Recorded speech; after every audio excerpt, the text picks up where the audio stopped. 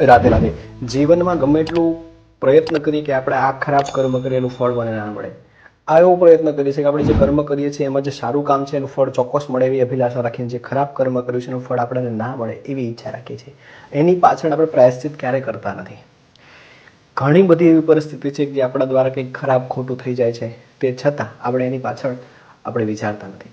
એકવાર એવી ઘટના બની કે સ્વયં જ્યારે રામ એનું માનવ જીવન જ્યારે પૂર્ણ થવાની તૈયારી હતી, આયુષ્ય પૂરું થવાની તૈયારી હતી. સ્વાભાવિક છે, માણસ છીએ એટલે જન્મ લીધો, મરવાનું એ નક્કી છે, નિશ્ચિત છે.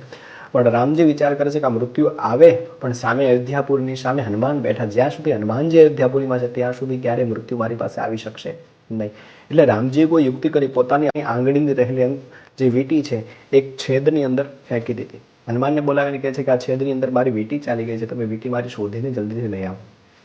છેદને હનુમાનજી મોટો કરીને છેદમાં ગયા, ધીમે ધીમે અંદર ગોતવા લાગ્યા પણ ક્યાંય મળી નહીં. ધીમે ધીમે પાતાળ લોકમાં ચાલ્યા ગયા. ત્યાં છેદમાંથી પાતાળ લોકમાં જઈને જોવે છે તો આખી વીંટીનો ઢગલો છે.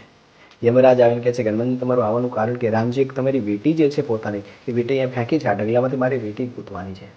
જેવી રીતે ઘઉંનો ઢગલો હોય એની અંદર કાંકરો ગોતવો અઘરો હોય છે, જેવી રીતે રેતી હોય એની અંદર સોય ગોતવી અઘરી છે, એવી જ રીતે આ બધી વીંટીઓનો ઢગલો સુવર્ણનો ભરેલો છે, આમાંથી રામની વીંટી કઈ હશે? હનુમાનજી વિચાર કરવા લાગ્યા. યમરાજે કહ્યું કે તમે ગોતો, આની અંદર તમારી ચોક્કસ રામજીની વીંટી તમને મળી જશે.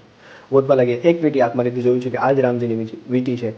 બીજા પાછી ઢગલા તરફ બીજી વાર નજર પડી તો જો બીજી ઢગલાની અંદર પણ રામની એ જ વીંટી છે. બધી જ વીંટીઓને તપાસ કરે છે, એક સમાન લાગે છે, એક જ માપની લાગે છે. એક પણ વીંટીમાં એવું લાગતું નથી આ રામજીની ના હોય. માં, સુવર્ણ, એની ઉપર રહેલી કોતરણી બધું જ એક સમાન લાગે છે. વિચાર કરે હનુમાનજી કે આ મને વીંટી ગોતવા માટે તો સ્વયં બ્રહ્મ છે, પરમાત્મા છે, મને વીંટી ગોતવા માટે મને મોકલ્યું.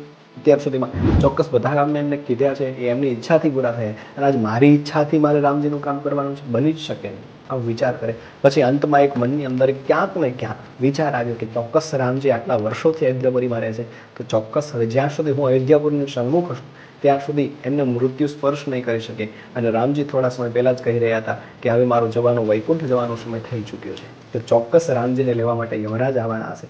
અને જ્યાં સુધી હું હોય ત્યાં સુધી યમરાજ આવી ના શકે, એટલા માટે મને વીંટી ગોતવા માટે મોકલ્યો છે.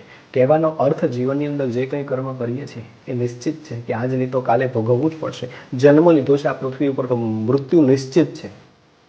સારું કામ કરો, ખરાબ કામ કરો, એનાથી કોઈ જ મતલબ નથી. પણ જીવનમાં યાદ રાખો, તમારી નીતિ સાચી હશે તો ઈશ્વર ક્યારે તમને ખરાબ કામ નહીં કરવા દે. સ્વયં રામને પણ હનુમાનજીને દૂર કરીને પોતાનો મૃત્યુનો સ્વીકાર કરવો પડ્યો હતો. માટે ગમે ત્યારે જીવનની અંદર સારું કરવા છતાં જો ખરાબ ફળ મળે તો સ્વીકાર કરો, હસતા મોઢે સ્વીકાર કરો. જીવનમાં દુઃખ આવે તો એને પણ હસતા મોઢે સ્વીકાર કરો. સુખ મળે અને આપણે રાજી થઈએ તો દુઃખ મળે પણ એની સાથે રાજી રહીને સ્વીકાર કરશો તો ચોક્કસ એ દુઃખ છે ને સુખમાં પરિવર્તન કરશે. માટે જીવનમાં જ્યારે પણ જે કર્મ કર્યા હોય એ નિશ્ચિત છે કે તમે ક્યારેક ને ક્યારેક એવું કર્મ કર્યું છે જેના દ્વારા મને તમને દુઃખ પ્રાપ્ત થાય છે. માટે જીવનમાં જ્યારે કર્મ કરતા હોઈએ ત્યારે એક વસ્તુનું ખાસ ધ્યાન રાખવું કે એ કર્મ એવું હોવું જોઈએ, એ નીતિવાળું એવું કર્મ હોવું જોઈએ જેના દ્વારા સારા ફળની પ્રાપ્તિ મને અભિલાષા પ્રમાણે મળે. પણ ચોક્કસ જે કર્મ કરશો એનું ફળ મળશે, મળશે અને મળશે. આપને પ્રસંગ કેવો લાગ્યો જરૂરથી જણાવજો. અહીં કૃપા ગૌ શિવાય અમારી ચેનલ સબસ્ક્રાઈબ કરજો, લાઈક કરજો, શેર કરજો. આપ સૌને રાધે રાધે.